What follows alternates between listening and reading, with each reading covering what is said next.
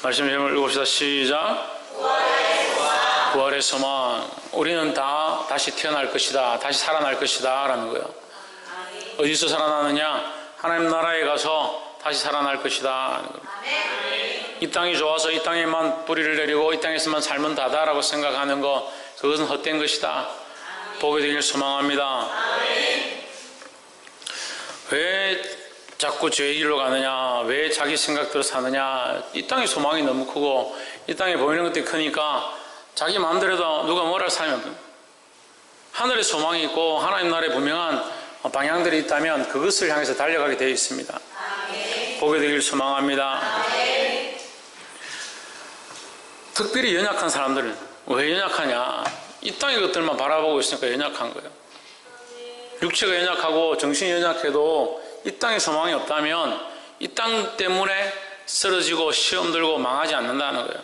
하지만 우리는 어디에 소망을 둬야 되냐? 하나님 나라에 소망을 둬야 되냐? 그래서 이 땅에 좀 힘들고 어렵고 지진과 풍파와 고난과 환란이 있다 하더라도 이 땅은 지나가는 것들이다. 하늘의 소망을 두기를 소망합니다. 23절에 부활이 없다 하는 사두개인들이 그날에 예수께 와서 물어 가로되 했습니다.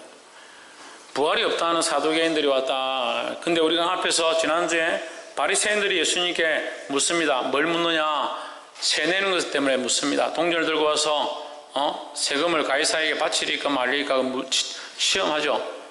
주님께 바치는 게 옳습니까? 가이사에게 바치는 게 옳습니까? 이렇게 하니까 예수님 뭐라고 합니까? 이 동전이 누구의 것이냐? 그래서 가이사의 것은 가이사에게, 하나님의 것은 하나님께 드려라 했습니다. 근데 누가 묻습니까? 바리새인들이 묻습니다.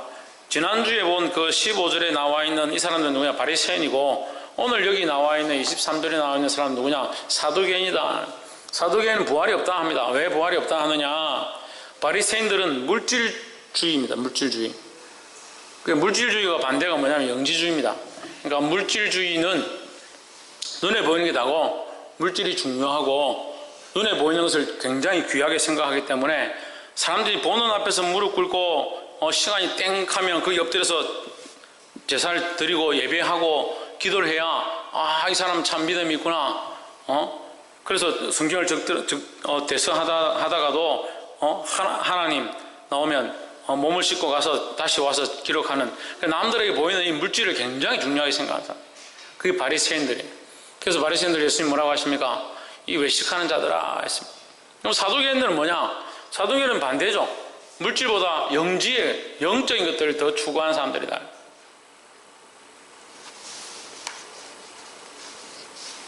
제가 거꾸로 말했나? 영적인 것들을 추구하는 사람들이다.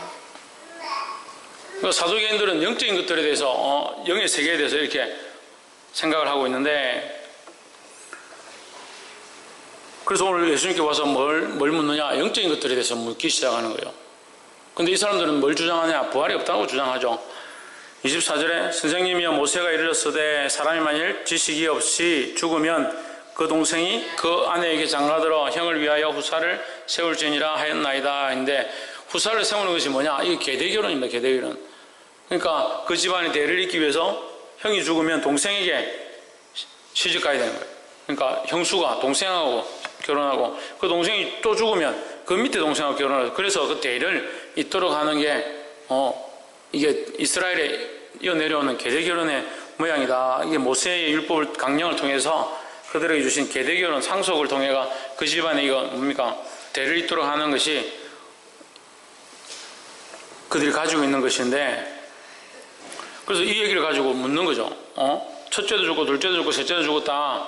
25절에 우리 중에 7형제가 있었는데 마지 장가들었다가 다 죽고 후사가 없었으므로 그의 아내를 그 동생이 잊혀주고, 26절에 둘째와 셋째와 일곱째까지 다 죽었다가 27절 보십시오. 최후에 그 여자도 죽었다는 거죠. 그럼 28절에 그래서 무슨 그렇게 되었으면 7명이 다 죽고 저희가 다 그를 취하였으니 다 같이 결혼을 했었는데 부활할 때에 7 중에서 네 아내가 되겠습니까? 7명이 다 죽고 그 여자도 죽었는데 다시 부활하면 누구와 결혼하고 누구와 살아야 옳겠습니까? 이렇게 물은 거죠.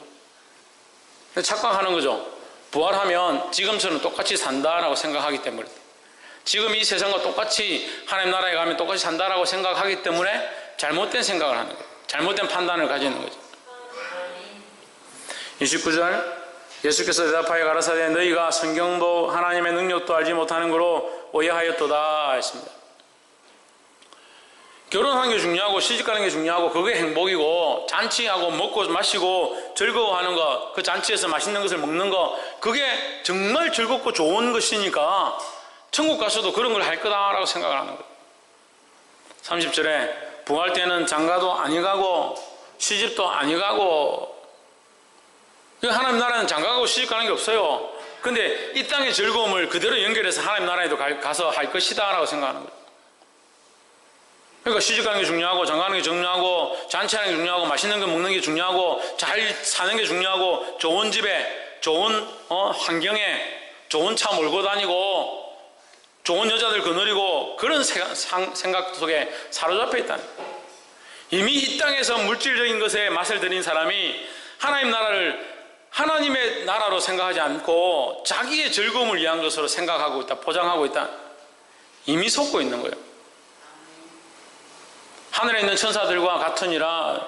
하늘에 있는 천사가 집 짓고 장가가고 시집가고 뭐 끼니 때마다 고기 구워가지고 잔치하고 그렇게 살지 않는다라는 거죠. 그래서 행복의 기준이 어디 있느냐, 즐거움의 기준이 어디 있느냐. 맛있는 거 먹고 즐겁고 재밌고 그러면 그게 행복한 줄 착각하니까 하나님 나라도 그렇게 생각하고 있더라. 그래서 너희가 부활도 믿지 않고 하나님 나라도 모르고 하나님도 모르고 성경도 몰라서 너희가 착각한 것이다 라는 거예요. 이 하나님 나라의 소망을 바로 가지기를 주의 이름으로 축복합니다. 31절 죽은 자의 부활을 의논할진대 하나님이 너에게 말씀하신 바 32절 나는 아브라함의 하나님이요 이삭의 하나님이요 야곱의 하나님이로라 하신 것을 읽어보지 못하였느냐 했습니다. 하나님은 아브라함의 하나님이다. 이 아브라함이 현재형이에요. 그러니까 아브라함이 살아있을 그때에 그와 함께 하셨던 하나님이다. 그러니까 우리에게 적용하면 우리가 살아있는 동안에 우리와 함께 하시는 하나님이다 이 말이에요. 그러니까 지금 내가 하나님과의 온전한 관계를 맺고 하나님 앞에 온전한 신앙을 가지는 것이 중요하지, 죽고 나서 어떠한 것일 것이냐, 가면 맛있는 게 있느냐, 즐거운 게 있느냐, 그걸 생각하는 것이 뭐가 중요하냐는 거죠. 그것은 하나님이 알아서 준비하실 것이고 우리는 살아계신 하나님 앞에 지금 하나님과의 거룩한 관계를 맺고 하나님 기뻐하시는 삶을 살아가야 되는 거죠. 그러니까 아브라함의 하나님, 이삭의 하나님, 이삭이 살아있을 때에 그와 함께 하셨던 하나님, 그 하나님이 야곱이 살아있을 때에 그와 또한 함께 하셨던 하나님이다. 근데 살아있는 하나님께서 아브라함이 살아있을 때 그와 함께 하셨고 이삭이 살아있을 때 그와 함께 하셨고 야곱이 살아있을 때 그와 함께 하셨고 오늘 너희와 함께 하길 원한다라는 겁니다. 근데 왜 죽은 하나님을 믿고 있고 죽은 신앙을 가지고 있고 죽은 것들을 바라보느냐 하는 거예요. 살아있는 것을 바라보고 살아계신 하나님을 바라보고 그 하나님이 우리에게 주실 그 하나님 나라를 소망하기를 주의 이름으로 축복합니다. 그래서 하나님은 죽은 자의 하나님이 아니요 살아있는 자의 하나님이시니라 하십니다. 공주는 어떤 하나님이다? 33절 우리가 듣고 그의 가르침에 무리가 듣고 그의 가르침에 놀라더라. 34절 예수께서 사두개인들로 대답할 수 없게 하셨다 함을 바리새인들이 듣고 모였는데, 이제 바리새인이 자기들이 질문했는데 예수님이 대답하고 예수님이 지혜롭게 대답하고, 그러니까 또 사두개인들이 가서 예수님께 질문했는데 예수님이 또 지혜롭게 대답하니까 바리새인들이 또 의논해가지고 우리가 더 어려운 걸 얘기하자 이렇게 해가지고 모여가지고 얘기하는 거예요.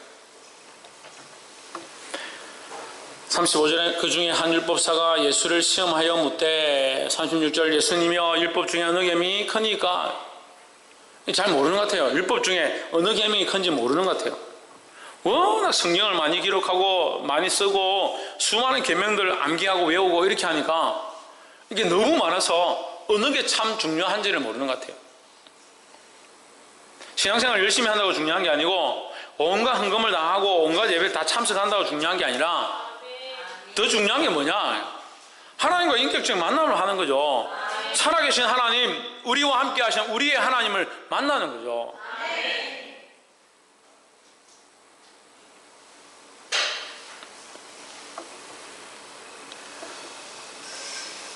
37절에 예수께서 가라사대 내 마음을 다하고 뜻을 다하여 주 너의 하나님을 사랑하라 하셨으니 했습니다. 뭘 다하고? 마음을 다하고 목숨을 다하고 뜻을 다하여 주 너의 하나님을 사랑하라. 그게 정말 중요한 게 뭐냐? 하나님을 사랑하는 게 중요하다. 정말 큰 계명이 뭐냐? 하나님을 사랑하는 것이고, 두 번째가 뭡니까? 39절에 내 이웃을 내 몸과 같이 사랑하라. 하나님을 사랑하고 이웃을 사랑하는 것이 가장 크다라고 말씀하셨습니다. 이것이 뭡니까? 40절에 이 두 계명이 율법과 선지자의 강령이니라 했습니다. 이제 이 말씀을 가지고 그 설교하는 사람들이 있는데 10계명이 10계명이죠. 10계명 중에 4계명은 하나님께 대한 것이고 나머지 6계명은 사람에게 대한 것이다.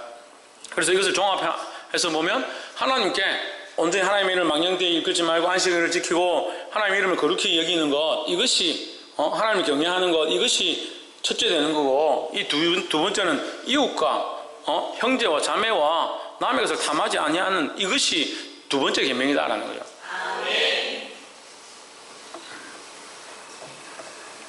예수님이 이 계명에 대해서 정확하게 대답을 해주셨습니다. 홍진우 뒤에가 서 있어. 41절 바리새인들이 모였을 때에 예수께서 그들에게 물으시되 너희는 그리스도에 대하여 어떻게 생각하느냐? 네 자손이냐? 대답하되 다윗의 자손이다. 42절에서 다윗의 자손이다. 누구의 자손이다? 다윗의 자손이다. 이걸 바리새인들에게 묻는 거예요. 예수님이. 바리새인들은 물질주의에 가깝고 눈에 보이는 것에 가깝고 외식에 가까우니까 그들에게 묻습니다. 그리스도는 누구의 자손이냐? 다윗의 자손이다. 그러니까 누구의 혈통이냐? 다윗의 혈통이다.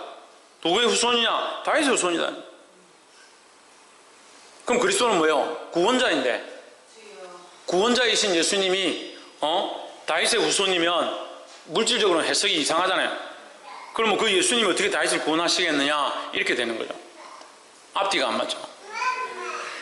43절에 다윗의 감동이 성령에 감동하여 어찌 그리스도를 주라 칭하여 말하되 44절 주께서 내 주께 이르시되 내가 내 원수를 내 발 아래 둘 때까지 내 우편에 앉았으라 하셨도다 했습니다.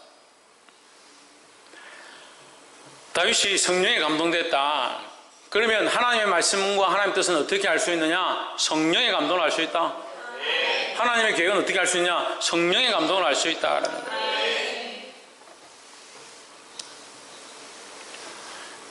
천정환 집사님 어떻게 알 수 있다? 성령의 감동을 하나님의 뜻을 알 수 있다라는 거예요. 그래서 44절에서 주께서 내 주께 이르시되 내가 내 원수를 내 발 아래 둘 때까지 내 우편에 앉았으라. 내 원수를 어떻게 할 때까지?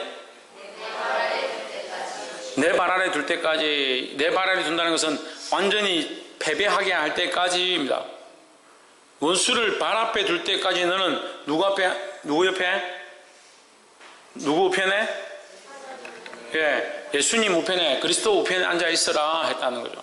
그리스도의 우편에 앉아 있다는 것은 기다린다는 거예요. 기다린다. 뭘 기다리냐? 그 심판과 그의 때를 기다린다는 겁니다. 이것이 이제 우리가 계시록적으로 메시아 사상으로 보면 오실 주님을 기다리는 신앙이다. 우리는 뭡니까? 다시 오실 주님을 기다리는 겁니다. 우리는 다윗과 같이 용맹하게 믿음으로 살다가 원수의 공격과 악한 것들의 핍박과 수많은 사람들이 우리를 괴롭게 할지라도 우리는 누구 앞에 있어야 되냐? 예수님과 함께 있어야 되는 거예요. 하나님 앞에 있어야 되는 겁니다. 그래서 이것들을 다 정산하셔서 마지막 심판하실 때까지 우리는 누구에게 있느냐? 주님 옆에 있어야 되는 거예요. 그래서 우리가 또한 죽어서 우리가 예수님 옆에 함께 있게 되면 뭘 기다리냐? 주님께서 다시 오셔서 이 땅에 죄악된 것들을 심판하실 때를 기다리는 거예요. 보게 되길 소망합니다. 43절에 45절에 다윗이 그리스도를 주라 칭하였은즉 어찌 그의 자손이 되겠느냐 하시니 했습니다. 다윗이 그리스도를 뭐라 칭했다? 주라 칭했다. 주라. 자리에 앉아. 그리스도를 주라 칭했다. 그래서 그리스도는 뭐다? 구원자이시고 주님이시다라는 거예요. 그 역사 속에, 우리는 역사 속에 하나님을 봅니다. 말씀 속에 하나님을 보고 이 시간 속에 흘러가고 있는 그 순간순간 역사하고 일하고 있는 예수님을 봅니다. 하지만 우리가 봐야 될 것은 하나님은 살아계시고 이 역사와 시간 속에 있는 분이 아니다라는 거예요. 전능하신 분이죠. 왜 시간 속에 있습니까? 전능하신 하나님이 왜 시간 속에 있습니까? 그것은 우리를 위해서 있는 것이죠. 하나님의 시간이 속박되고 법에 속박될 분이 아니에요. 하지만 하나님은 시간 안에 있고 법 안에서 활동하십니다. 왜? 우리를 살리기 위해서요. 그래서 그 법을 이루고자 하기 위해서, 그 법을 이루시고자 위해서 누구를 보내시냐? 예수님 보내신 거예요. 그냥 하나님 우리를 구원하시면 되죠. 그렇지만 이 역사와 시간 속에서 우리를 살리고자 하나님이 일하고 계셨다라는 거예요. 이 놀라운 섭리를 보게 되기를 주의 이름으로 축복합니다. 46절, 한 말도 능히 대답하는 자가 없고 그날부터 감히 그에게 묻는 자도 없더라. 그 어떻게 예수님께 묻겠습니까? 지금 자기들의 가장 지혜로운 것으로 얘기해도 안 되고, 자기들이 자기들이 궁금했고 자기들도 몰랐던 부분들을 물어봐도 대답을 다 해주니까 자기들의 지식보다, 자기들의 지능보다 훨씬 뛰어난 분이고 전능자이심을 이제 알게 된 거죠. 그러니까 함부로 질문할 수가 없다는 거예요. 우리가 사실 기도하는데 하나님을 알면요, 함부로 말할 수가 없어요. 근데 우리는 너무 자유롭죠. 자연스럽고, 예배도 너무 자유롭고, 너무 자연스럽고, 생각도 자기들 하고 싶은 대로 생각하고, 판단도 자기들 하고 싶은 대로 판단하고. 다툼과 허영이 어디서부터 나느냐? 모름에서부터 납니다. 모름에서. 뭘 모르냐? 하나님을 모르고, 예수님 모르고, 성령님 모르고, 성경을 모르니까 엉뚱한 소리들 나요. 그래서 아이들에게 뭘 가르쳐야 되냐? 하나님 두려워하도록 가르쳐야 되는 거예요. 말씀을 두려워하고 그 말씀대로 살아야 되겠음을 깨닫게 가르쳐야 되는 거예요. 보게 되길 소망합니다. 말씀 맺겠습니다. 오늘 사두개인과 바리새인들의 질문이 있었습니다. 죽은 후에 어떻게 됩니까? 살았을 때도 제대로 믿지 않는데 죽은 후에 뭘 바라느냐? 살았을 때 하나님을 두려워하지 않는데 네가 죽었을 때 부활의 소망이 제대로 있겠느냐? 엎어서 말하면 이런 뜻이에요. 너희가 산자의 하나님으로, 아브라함의 하나님을, 야곱의 하나님을, 이삭의 하나님을 알면서 너희 자신의 하나님, 살아계신 하나님이 나의 하나님이 되고 너의 하나님이 되어서 나와 함께 하는 이 사실들에 대해서 제대로 기억지 못하면 다시 살아났을 때, 다시 부활했을 때 너희가 부활의 소망과 구원의 소망이 있겠느냐는 거예요. 지금 이 땅에 바른 믿음을 가지고 하나님과 거룩한 관계를 맺은 자에게 참 부활의 소망이 있는 줄 믿습니다. 이 땅의 물질들만, 이 땅에 일어나는 행복들만, 이 세상의 것들만 소망하고 살아가니까 결국 부활의 소망이 뭐예요? 이 땅의 것들과 똑같이 생각하는 거예요. 그래서 시집가고 장가가고 무엇을 먹으면 무엇을 마실까? 천국 가서도 뭐 먹고 뭐 마시고 뭐 입고 의식주 계속 그런 생각만 해요. 하나님과의 영적인 관계가 온전히 회복되어서 하나님의 백성으로 똑바로 살아야 되는 거예요. 그 하나님 나라의 수많은 일들에 대해서 하나님께서 우리에게 말씀해주고 있지만 그것을 아는 것보다 지금 내가 하나님과의 관계, 하나님과의 거룩한 관계, 이것을 회복하는 것이 더 중요한 줄 믿습니다. 또 이 바리새인들이 또 묻습니다. 첫째 되는 계명이 뭡니까? 왜 이제껏 수백 년 동안 성전을 다스리고 신앙생활을 했다는 그들이 첫 번째 되는 게 뭔지를 왜 모르느냐는 거예요. 첫째 계명, 둘째 계명을 왜 모르냐는 거예요. 가장 큰 계명을 왜 모르냐는 거예요. 물수에 사로잡히고 글에 사로잡히고 자기들이 형식에 사로잡히니까 참 살아계신 하나님을 알 수 없다는 거예요.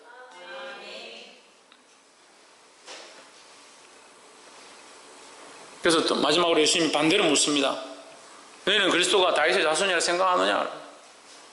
누구의 자손이라 생각하냐? 다윗이 먼저냐? 그리스도가 먼저냐? 그러니까 그들이 다윗이 당연히 그리스도의 조상이라 생각하는 거예요. 다윗의 후손입니다. 예수님은, 그리스도는 다윗의 후손입니다. 예수님 아니다라는 거예요.